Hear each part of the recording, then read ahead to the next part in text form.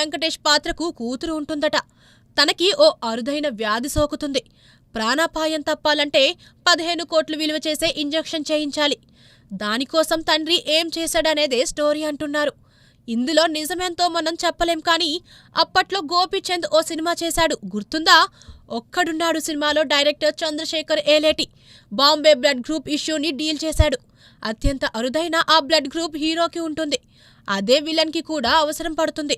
తరువాత ఏమైంది అనేదే కథ. గోపీచంద్ ఒక్కడున్నాడు, వెంకటేష్ సైంధవ్ ఒకేలాంటి కథలతో రూపొందిన చిత్రాలా?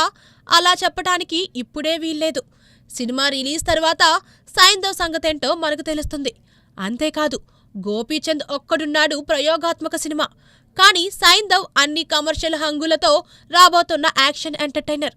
కాబట్టి రెండింటి స్టోరీ ఎక్కడైనా కొంతవరకు కలిసినా ప్రేక్షకులకు ఆ ఫీల్ మాత్రం రాదని క్రిటిక్స్ అంటున్నారు.